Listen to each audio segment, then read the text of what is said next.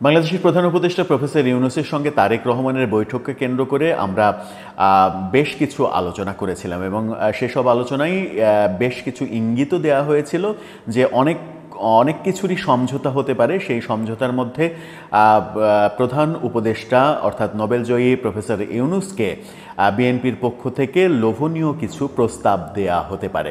সেই লোভনীয় প্রস্তাবগুলোর মধ্যে অন্যতম সবথেকে বড় প্রস্তাবটা যেটা হতে পারে সেটা হচ্ছে যে নির্বাচন পরবর্তী সরকার গঠন যদি বিএনপি করে তাহলে সেই সরকারের রাষ্ট্রপতি হিসেবে প্রফেসর ইউনূসকে বসানো হবে, এমন কথা উঠে আসতে পারে সেই আলাপে এবং এরকম সমঝোতা হতে পারে। এছাড়াও রাজনৈতিক কিছু সমঝোতার ব্যাপারে অগ্রগতি হতে পারে, এমন সম্ভাবনার কথা আমরা বলেছিলাম। অতঃপর ব্যাপারটা বোধহয় খোলাসা হতে চলল। বিএনপির বিভিন্ন নেতার কণ্ঠে প্রফেসর ইউনূসকে বিএনপি কী প্রস্তাব দিয়েছে, তারেক রহমান কী প্রস্তাব দিয়েছেন, সেরকম কথাবার্তা যখন উঠে আসলো তখন এখন অনুমান করাই যায় যে বিএনপি বোধহয় প্রফেসর ইউনূসকে পরবর্তী রাষ্ট্রপতি হওয়ার অফারই দিয়ে বসেছে। সত্যিই কি তাই? প্রফেসর ইউনূসই কি হতে চলেছেন পরবর্তী রাষ্ট্রপতি? শাহাবুদ্দিন চুপ্পুর পরে তিনিই বসতে চলেছেন দেশের সর্বোচ্চ পদে।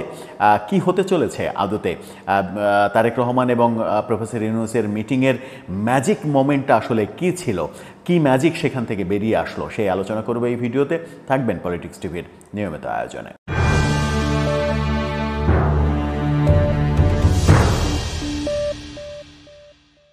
দর্শক, পলিটিক্স টিভির নিয়মিত ভিডিওগুলো স্পন্সর করছে প্রজাপতি.টিভি, নতুন ওটিটি প্ল্যাটফর্ম। আপনারা চাইলে ইউটিউবে, ফেসবুকে, ইনস্টাগ্রামে, টিকটকে দেখে নিতে পারেন।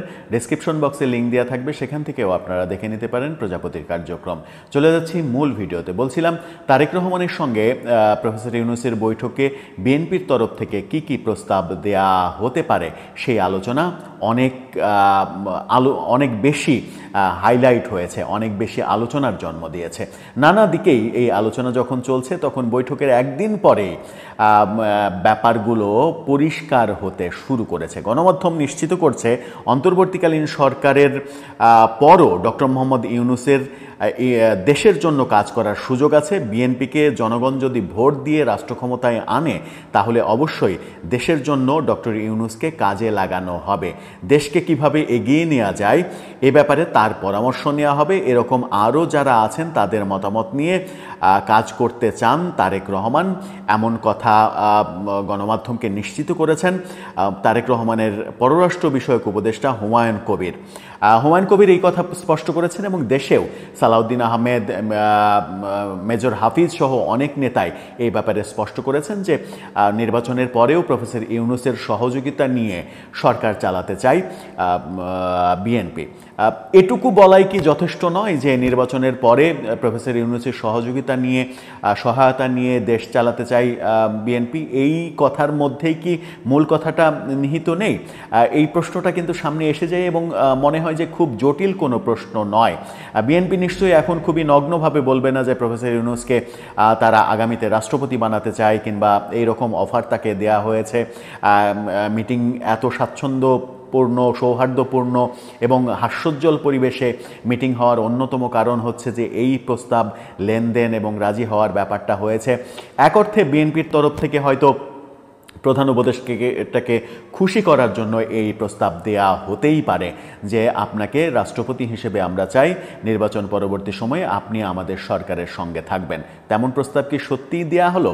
আরও বেশ কিছু বিষয়ে আলোচনা হয়েছে বলে চারিদিকে শোনা যাচ্ছে গুঞ্জন। সেই বিষয়গুলোর মধ্যে রয়েছে এনসিপি নেতাদের সঙ্গে, এনসিপির সঙ্গে বিএনপির এক ধরনের জোটবদ্ধ নির্বাচন আগামী নির্বাচনে, এবং এনসিপির কয়েকজন নেতার জন্য বিএনপি যেন কিছু আসন ছেড়ে দেয় সেই ব্যাপারেও আলোচনা হয়েছে কিংবা হতে পারে, এমন গুঞ্জন চতুর্দিকে শোনা যাচ্ছে। এবং সেই ব্যাপারেও বিএনপি একটা গ্রিন সিগন্যাল দিয়েছে হয়তো, যে কারণেই প্রধান উপদেষ্টা প্রফেসর ইউনূসকে এত বেশি হাস্যোজ্জ্বল মনে হয়েছে।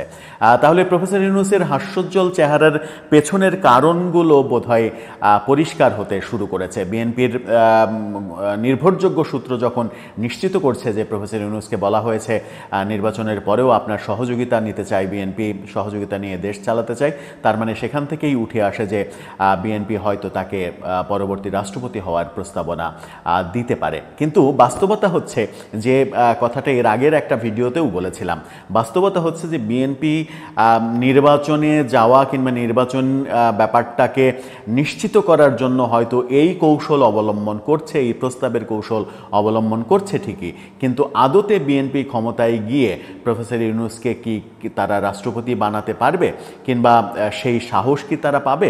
প্রফেসর ইউনূসের মতো বিশ্বমানের একজন ফিগারকে রাষ্ট্রপতি বানাতে হলে তাকে অনেক বেশি ফ্রিডম দিতে হবে, অনেক বেশি ক্ষমতা দিতে হবে, যেটা সরকারের জন্য বিপজ্জনক হতে পারে।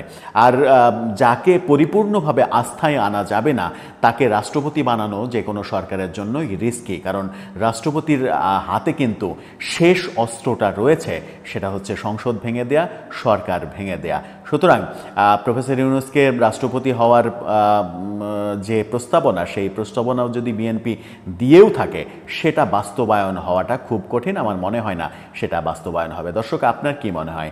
শেষ পর্যন্ত বিএনপি নেতারা যে আভাস দিলেন যে প্রফেসর ইউনূসের সহযোগিতা নিয়ে পরবর্তীতে রাষ্ট্র পরিচালনা করতে চায় বিএনপি, সত্যিই কি প্রফেসর ইউনূসকে তারা রাষ্ট্রপতি বানাতে চায়?